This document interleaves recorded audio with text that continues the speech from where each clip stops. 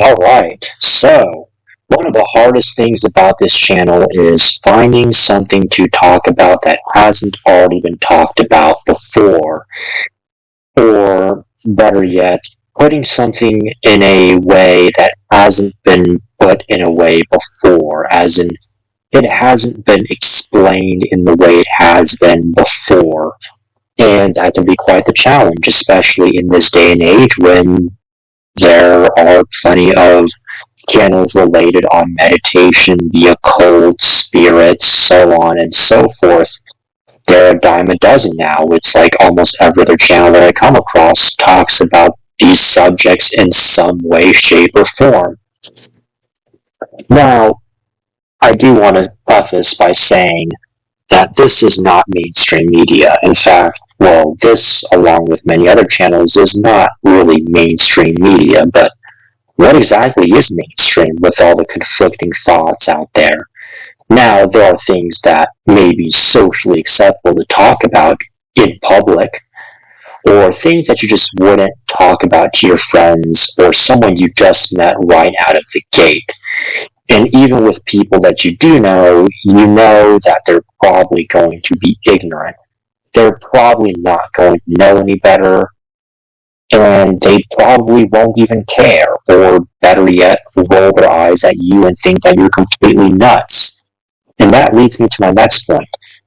That is that if someone really just thinks you're out of your mind, they'll probably ask you, why do you think that? Now, if they throw their head back and laugh, well, that's a good sign that they're probably aware of what you're talking about, and they know the truth, but they're afraid of it. And I think I may have gone about this before, but maybe I'll go on about it again. And so let's talk about ambition. Ambition is good. Ambition is important. But likewise, ambition is also very, very dangerous. Not only to others that fear your success, or fear that your ambition may be dangerous to them, but also dangerous to the self in many ways. And the first way kind of does actually correspond with others. For many of us that are in the know, we practice the sign of silence. We practice silence. And that is because people are afraid of ambition. People are afraid of what ambition can do. People know that ambition and potential are a recipe not only for your success, but for others' jealousy, for their envy, and for their hatred of you. It fuels hatred, it fuels a lot of things. And a lot of us would like to believe, or at least we pretend to believe, in the regular world, that these people are few and far between. But truth be told, these people are amongst the many. In fact, it's kind of a subconscious programming that goes on without many people even realizing it. Jealousy and envy and hatred are very much subconscious. In fact, I once heard a saying that all emotions stem from two base emotions, love and fear. I don't remember exactly who said it. Maybe it was someone that I had watched recently, such as Liam Thomas Christopher or Amateur Magus. Probably not Amateur Magus, given that he doesn't really go over that part too much. He just goes over the mechanics and the concepts in Western esoteric practices for the most part. And I will digress because this video is not about Amateur Magus as much as I like his channel very much.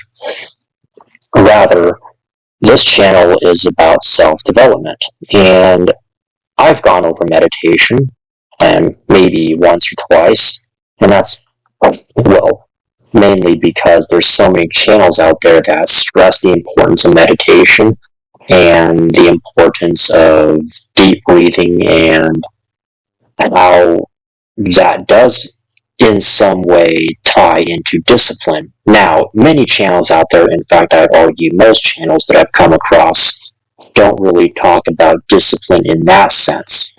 And how discipline ties in with meditation.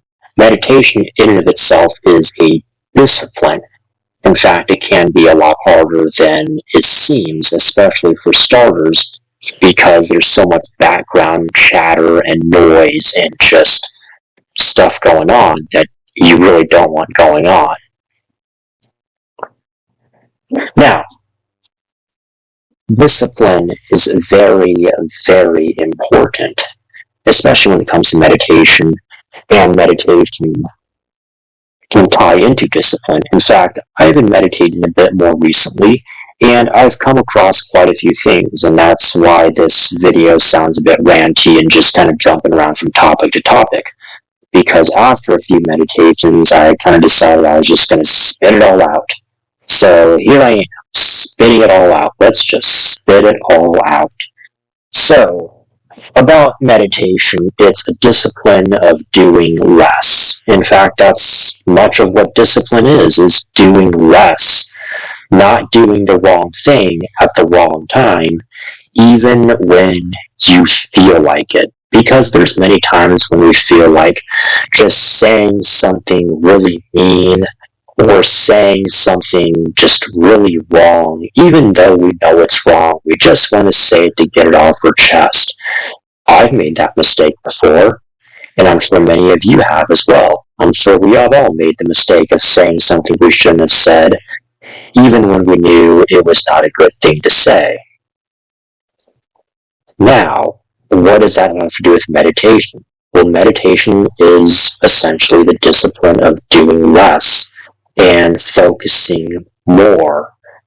Focusing on one specific point is what it all boils down to. Kind of a pun intended, not so much intended. Bad pun, I know. But that will be about it for this one. So there we are. Right just when I thought I was done, I realized that I had more to say. So let's say it. Now, we have already gone over about meditation and discipline. And discipline oftentimes involves doing the right thing at the right time, even when you don't feel like it, or that's a part of it. But it's also refraining from doing the wrong thing at the wrong time, especially when you know that it's the wrong thing to do. Now, I know that the subconscious can just kind of take over, emotions take over, feelings take over. Certain things just take over in bouts of rage, passion, and what have you. In fact, rage and passion are a good thing. They are very necessary for life, because without rage and passion, we wouldn't be here. In fact, we are products of passion, that passion being sexual passion, and lust, and love, and all the other emotions that come into procreation, and bringing us up to where we are today. For if our parents did not have feelings of lust, if they did not love us, if they did not have feelings for one another, well, we wouldn't be here. We just wouldn't. In fact, all of our ancestors were kind of like that. So there's one point. Now, what does that have to do with ambition? And how ambition can be dangerous? Well, ambition is kind of like a weight. You have to not only be able to lift that weight and to be able to push it and then pull it back and forth, you need to be able to control that weight in order to get the most out of your exercise. That's sort of the best interpretation or metaphor I can put for it, rather than an analogy, I know. But I need to stop saying "but" so much, because there's a little saying here that everything that comes after the "but" is bullshit. Is it's just kind of a play on words, but how did I get it again? So I think that'll be about it for this one. I'm a bit fried for the day, and I think we'll be doing a part 2 for this. Alright, take care everyone, and we'll see you next time. Bye.